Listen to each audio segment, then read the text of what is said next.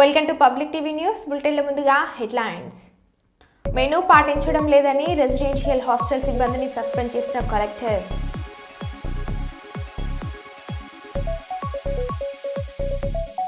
చిత్తూరు జిల్లా కుప్పంలో తిరిగి ఎన్నికలు నిర్వహించాల్సిందే అని పెద్ద బంగారు నత్తం గ్రామస్తుల డిమాండ్. చదువుకు పేదరికం అడ్డు కారాదు, భవిష్యత్తులో పేదలకు పేద విద్యార్థులకు చేయూతనిస్తా జూనియర్ సివిల్ జడ్జి తేజస్విని.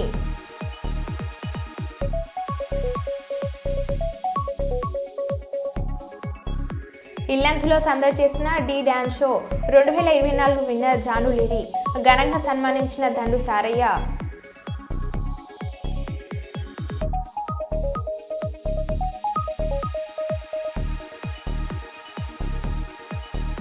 హిజ్రాలను ప్రభుత్వం ఆదుకోవాలి, దండు సారిక ఆలియస్ సారయ్య.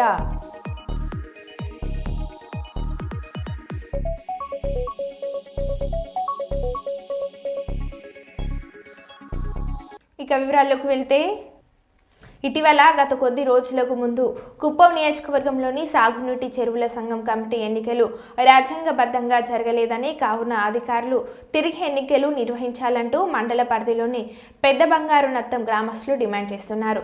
వారి కథనం మేరకు ఇటీవల జరిగిన సాగునీటి పారుదల సంఘం ఎన్నికలలో ఓటింగ్ ప్రక్రియ జరగలేదని, రాజ్యాంగ వ్యతిరేకంగా ఏకపక్షం ఎన్నికలు నిర్వహించాలని, ప్రత్యర్థులకు నామినేషన్ వేసే అవకాశం సైతం కల్పించలేదంటూ ఆరోపణలు చేస్తున్నారు. కనీసం ఓటర్ జాబితా తనిఖీకి సైతం ప్రజలు అవకాశం ఇవ్వలేదని ఇదెక్కడి రాజ్యాంగం అంటూ వారు ప్రశ్నించారు.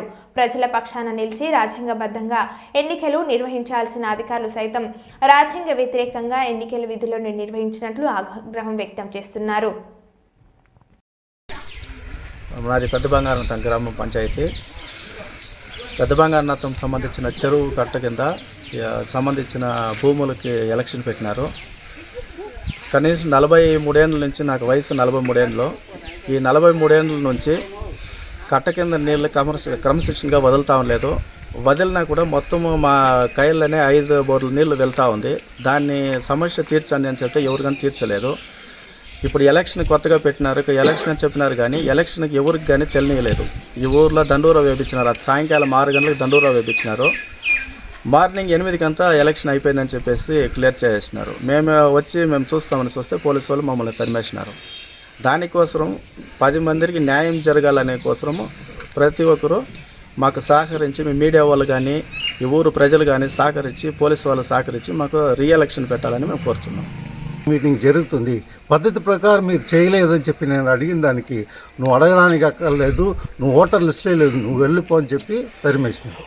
ఆ తర్వాత వచ్చినాక పోలీసులు అందరూ దిగి ఇక్కడ ఉన్న పబ్లిక్ అందరినీ డిస్టర్బ్ చేసి వెళ్ళిపోండి అని చెప్పి లతీగా మమ్మల్ని కొట్టడానికి వచ్చినారు. పద్ధతి ప్రకారం ఎన్నికలు జరగలేదు.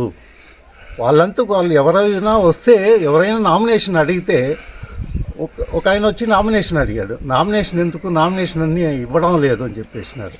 నామినేషన్ లేకుండా మీరు రూల్లో చెప్పినారు కదా, నామినేషన్ ఇస్తేనే ఎలక్షన్లో పార్టిసిపేట్ చేయడానికి కోసం నేను అడిగితే నామినేషన్ అవన్నీ ఏం లేదు, వెళ్ళిపోండి ఇవన్నీ ఆల్రెడీ సెలెక్టెడ్, డిసైడెడ్ అని చెప్పేశారు.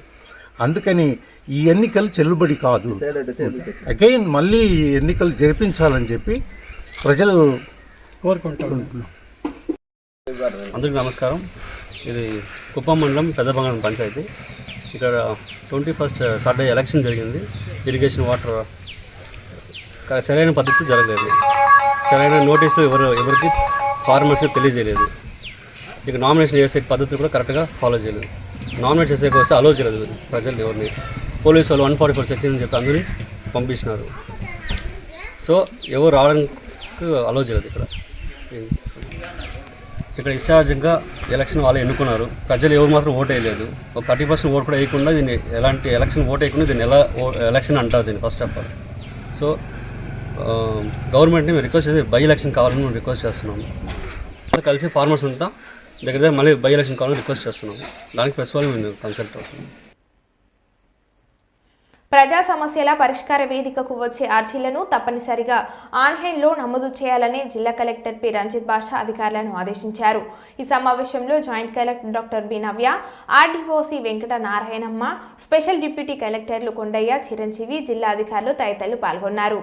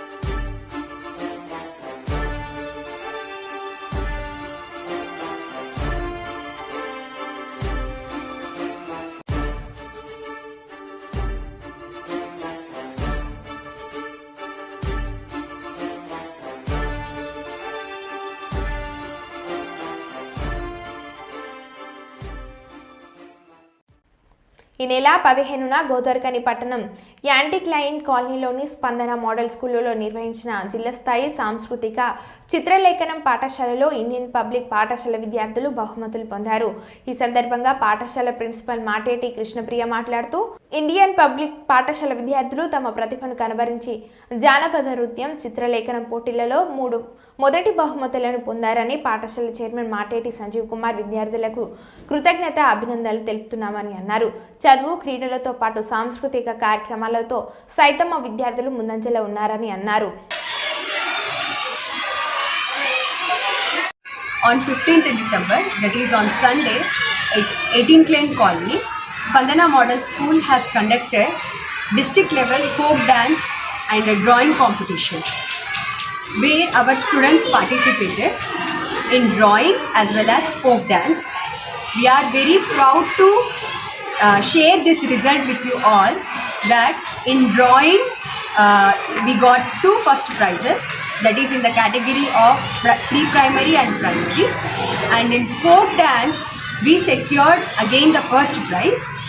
You can see these are our winners. So in the district level folk dance competition we secured the first prize, and district level drawing competition our pre-primary kid and primary kid secured the first prize, and in higher category our 10th class student Srivatsal has secured the consolation prize. We are very proud of our students. So as said, not just in academics and sports, we are top in culturals as well. So hearty congratulations to our chairman sir Sanjeev sir and our teachers and our beloved students who are putting consistent efforts in bringing good name to our school. Thank you so much. Panyam నియోజకవర్గం Kalluru urban 33వ ward పాత కల్లూరు ఊరువాకిలి నందు ఏర్పాటు చేసిన revenue సదస్సు కార్యక్రమంలో అధికారులతో కలిసి ముఖ్య అతిథులుగా పాల్గొన్న ఎమ్మెల్యే గౌడ్ చేర్తారెడ్డి. ఈ కార్యక్రమంలో తహసీల్దార్ ఆంజనేయులు, నోడల్ ఆఫీసర్ నాగసుధ, ఎండోమెంట్ అధికారి చంద్రశేఖర్ రెడ్డి మరియు ఇతర శాఖల అధికారులు, నాయకులు పాల్గొన్నారు.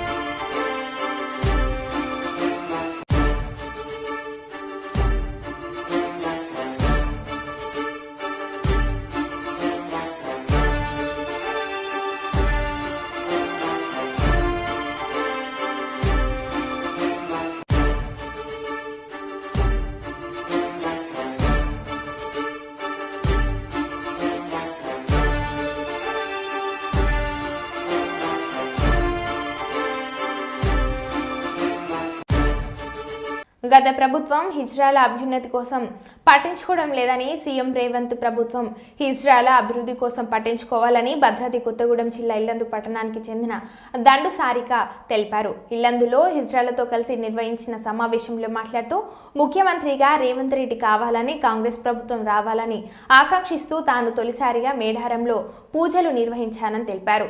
పలు రాష్ట్రాలలో హిజ్రాలకు పెన్షన్ వంటి అవకాశాలు కల్పిస్తూ ఉంటే మన రాష్ట్రంలో కనీసం రేషన్ కార్డు గుర్తింపు కూడా లేదని, రేషన్ కార్డు గుర్తింపు కూడా లేకుండా పోయిందని ఇబ్బందులు పడుతున్నామని అన్నారు.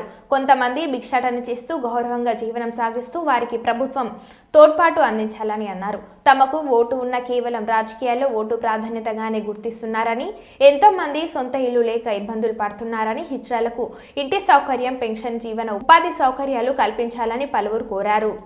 ఆ దేవుడి కాడికి వాళ్ళ బాధతో వస్తావు, బొట్టు పెట్టు, ఏది పెట్టే వాళ్ళకు కోరికలు అయిన తర్వాత వాళ్ళు ఏదైనా కానుకలు ఇస్తే ఆ కానుకలతో మేము బతుకుతాం. అంతే తప్ప మాకు వాళ్ళకు తేడా చాలా ఉంటుంది. మేము ఇళ్ళలోనే ఉంటాం, సొంత ఇంట్లో ఉంటాం, ఫ్యామిలీతో ఉంటాం, కలిసి ఉంటాం. కానీ ట్రాన్స్జెండర్ అనేవాళ్ళు ఫ్యామిలీతో అస్సలే ఉండరు. దూరంగా ఉండి ఒక గురువుని ఎంచుకొని ఆ గురువు అడుగు జాడలో బతుకుతూ జీవనం కొనసాగిస్తూ ఉంటారు. అలాంటి వాళ్ళ గురించి మన తెలంగాణ గవర్నమెంట్ పట్టించుకోవాలని కోరుకుంటున్నాం. కొన్ని రాష్ట్రాల్లో ట్రాన్స్జెండర్లకు ఇచ్చిన విలువ, మర్యాద మన తెలంగాణ రాష్ట్రంలో ఏ ఒక్కరు ఇవ్వట్లేరు. గత ప్రభుత్వం కాడ కూడా మేము పోయినాం, కొట్లాడినాం. ఒక 100 సార్లు పోవచ్చు కేసీఆర్ గారికి.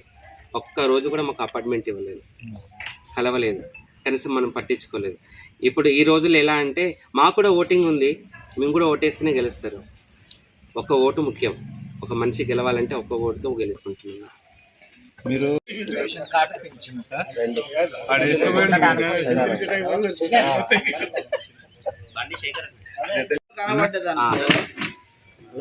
అప్పుడు చెప్పు, లేకుంటే నేనే ఫోన్ చేసిన 3 సార్లు చేసిన నిన్న ఒక్కసారి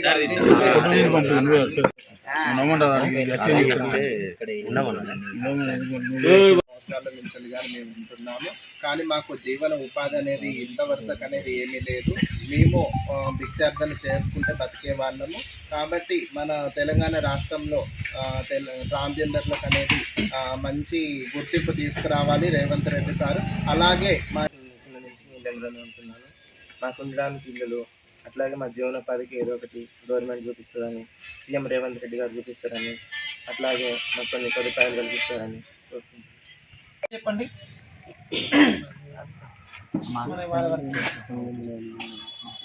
అందరికీ నమస్కారం అండి. నా పేరు పోలీస్ సహకారం కూడా మాకుండి కొత్తగూడెం డిస్టిక్ వాళ్ళని ఇక రానియకుండా ఈ ఉన్న ఊర్లోనే మన ఇల్లెందు మండలం ఎంతవరకు ఉందో అంతవరకు వీళ్ళని అడుక్కొని వీళ్ళని తీసుకుంటే ఎలాంటి ఇబ్బందులు ఉండవు. మీరే గుర్తించాలి. సీఎం గారిని అవకాశం ఇవ్వట్లేదు. గతంలో సీఎం గారికి గెలవాలని చెప్పేసి మేడారంకి వచ్చి తన ఫస్ట్ కాక నేనే కట్టాను మేడారంలో. ఒక ట్రాన్స్జెండర్ నేను ఇక్కడ ఇల్లెందులో నేను గత 5 సంవత్సరాల కానుంచి ఇక్కడే నివసిస్తున్నా.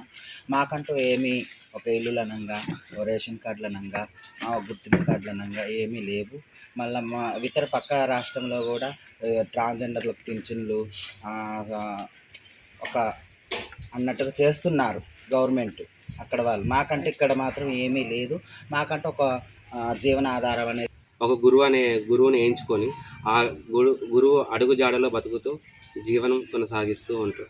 అలాంటి వాళ్ళ గురించి మన తెలంగాణ గవర్నమెంట్ పట్టించుకోవాలని కోరుకుంటున్నాం. కొన్ని రాష్ట్రాల్లో ట్రాన్స్జెండర్లకు ఇచ్చిన విలువ, మర్యాద మన తెలంగాణ రాష్ట్రంలో ఏ ఒక్కరు ఇవ్వట్లేరు. గత ప్రభుత్వం కాడ కూడా మేము పోయినాం, కొట్లాడినాం. ఒక 100 సార్లు పోవచ్చు కేసీఆర్ గారికి. ఒక్కరోజు కూడా మాకు అపార్ట్మెంట్ ఇవ్వలేదు, కలవలేదు, కనీసం మనం పట్టించుకోలేదు. ఇప్పుడు ఈ రోజులు ఎలా అంటే మాకు కూడా ఓటింగ్ ఉంది, మేము కూడా ఓటేస్తేనే గెలుస్తారు. ఒక ఓటు ముఖ్యం. ఒక మనిషి గెలవాలంటే ఒక్క ఓటుతో గెలుస్తాం. అలాంటిది మాకు కూడా ఓటు హక్కులు ఇచ్చేళ్ళు అన్నీ అనుకున్నట్టు ఇచ్చి కనీసం మాకు బతుకు తెరువు లేకుండా చేస్తూ ఉన్నారు. ఈరోజు బెక్కింగ్ చేసి ఇచ్చిన వాళ్ళని కూడా కేసు పెట్టామని సెంట్రల్ గవర్నమెంట్ నిర్ణయం తీసుకుంది. ఈరోజు వీళ్ళ పరిస్థితి ఏంటి? వాళ్ళు తినే తిండి ఎలా? వాళ్ళకి రేషన్ కార్డు లేదు, బియ్యం ఉండదు, ఏముండదు. ఎక్కడికి పోయినా కానీ కేసులు అంటా ఉంటారు. మరి వాళ్ళకి కూడా బతుకు తెరువు చూపించాలి కదా గవర్నమెంట్. దాని గురించి కోరుకుంటున్నాను. మీరు నమస్తే, నేను మీ సారయ్య అలియాస్ సారిక అంటున్నాను.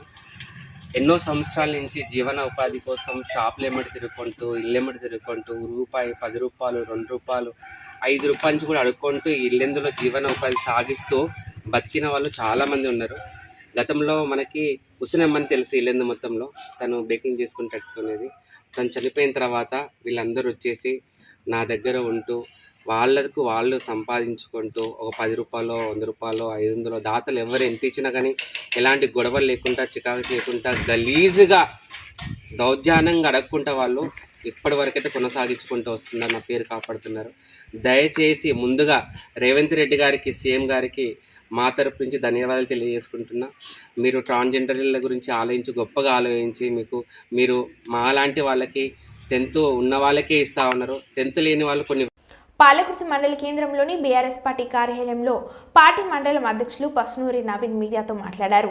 అంతకుముందు లగర్చల రైతులు అక్రమంగా కేసులు పెట్టి వారిపై 3rd డిగ్రీ ఉపయోగించి జైల్లో నిర్బంధించి రైతన్నల చేతులకు బేడీలు వేసిన కాంగ్రెస్ ప్రభుత్వ నిరంకుశ, అవమాననీయ అణచివేతకు విధానాలకు నిరసనగా రైతులపై నమోదు చేసిన అక్రమ కేసులను ఎత్తివేసి వారిని వెంటనే విడుదల చేయాలని, రైతన్నలకు, కుటుంబాలకు వేధించడం, హింసించడం ఆపివేయాలని, రేవంత్ రెడ్డి ప్రభుత్వానికి సద్బుద్ధి ప్రసాదించాలని, జ్ఞానోదయం కలిగించాలని భారత రాజ్యాంగ నిర్మాత అయిన డాక్టర్ బిఆర్ అంబేద్కర్ చిత్రపటానికి వినతి పత్రాన్ని అందజేశారు.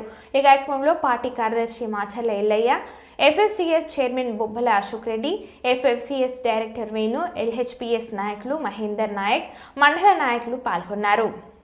మీరు ఒకసారి ఆలోచన చేసి ఈ యొక్క మీరు కలలుగన్న రాజ్యాన్ని చట్ట విరుద్ధంగా రైతుల మీద, లఘుచల్లో ఉన్న రైతుల మీద అన్యాయంగా, అక్రమంగా వాళ్ళ భూమి గుంజుకొని వాళ్ళ మీదనే కేసులు పెట్టి వాళ్ళని జైల్లోకి పంపించి, అలాగే వాళ్ళ మీద 3rd డిగ్రీ ప్రయోగించి అనేక అంశాలను వాళ్ళ యొక్క అస్తిత్వాన్ని దెబ్బతీసుకుంటూ అక్కడ ఉన్న రైతులను కించపరిచే విధంగా మొత్తంగా వాళ్ళను నియంత్రణ పోగొడుతూ రాజకీయ కక్షతోటి అనేక కారణాలతోటి వాళ్ళ భూములు గుంజుకుంటూ కేసులు పెట్టి 3rd డిగ్రీ ఇచ్చి మొన్న వాళ్ళు జైల్లో వెనక కూడా వాళ్ళ గుండెపోటు వస్తే కూడా వాళ్ళు బయటకు వచ్చి హాస్పిటల్ పోదామంటే బేడీలు వేసే పరిస్థితి వచ్చిందంటే ఇది ఏ రకంగా ఈ సమాజానికి, ఇది న్యాయ వ్యవస్థకు కూడా ఏ రకంగా ఆలోచన చేస్తున్నా ఒక్కసారి ఈ ముఖ్యమంత్రి గారు చేసే ఆలోచనలను, ఈ యొక్క ప్రభుత్వం చేస్తున్న అరాచకాలను ఎవరు చెప్పుకున్నా లాభం లేదు, ఎవరు చెప్పుకున్నా కూడా దీనికి ఏది లేదనే ఆలోచనతో ఇవాళ కేటీఆర్ గారు మన రాజ్యాంగం నిర్మించిన బాబాసాహెబ్ అంబేద్కర్ గారిని ఆలోచన చేసి ఆయన కన్నా మన వినతి ఇస్తే మీరు కలలు కన్నా రాజ్యం ఎట్లుండే, ఈ రోజు జరిగే ఈ నియంత పాలనను ఎట్లా అనే ఆలోచనతో ఈరోజు అంబేద్కర్ గారికి వినతి పత్రం ఇవ్వడం జరుగుతుంది. ఇప్పటికైనా మీ ప్రభుత్వం మొండి వైఖరి వీడి ఈ ఉన్న లఘుచర్ల రైతులను వెంటనే విడుదల చేయాలి. వారి న్యాయమైన కోరికలు అన్నిటి కూడా ప్రజల పక్షాన బీఆర్ఎస్ ప్రభుత్వం, మరి కేటీఆర్ గారు, కేసీఆర్ గారు ఉన్నారు కాబట్టి ఎవరు కూడా అధైర్యపడద్దు. లఘుచర్ల రైతులు వాళ్ళందరికీ అండదండగా మేము ఉంటాం. ఈరోజు అంబేద్కర్ గారికి మా విన్నపం ఏంటంటే ఇక్కడ జరుగుతున్న నియంత పాలనను మీరన్నా మీ దృష్టికి తీసుకొస్తే కనువిప్పు కలగాలన్న ఆలోచనతో ఈరోజు అన్ని మండల కేంద్రాల్లో మేము కూడా మా బీఆర్ఎస్ పార్టీ ముఖ్య నాయకులందరితోటి ఇక్కడ వినతి పత్రాలు ఇవ్వడం జరుగుతుంది. ఇక్కడైనా పార్టీ కాంగ్రెస్ ప్రభుత్వం నియంత పోకడం మానుకొని రైతులకు, ప్రజలకు న్యాయం చేయాలి, కనువిప్పు కలగాలని ఆలోచన చేయాలని కోరుకోవడం జరుగుతుంది. ఓర్వకల్లు జాతీయ రహదారి నందు ఆటో లారీ ఢీకొని 5 విద్యార్థులకు తీవ్ర గాయాలు అయ్యాయి. విషయం తెలుసుకొని హుటాహుటిగా కర్నూలు సెంట్రల్ హాస్పిటల్ చేరుకొని విద్యార్థులను పరామర్శించిన మెరుగైన వైద్యం అందించాలని, అలాగే ప్రమాదానికి కారణమైన వారిని కేసు నమోదు చేసి దర్యాప్తు చేయాలని ఆదేశించిన పాణ్యం ఎమ్మెల్యే శ్రీమతి గౌడ్చేర్తారెడ్డి.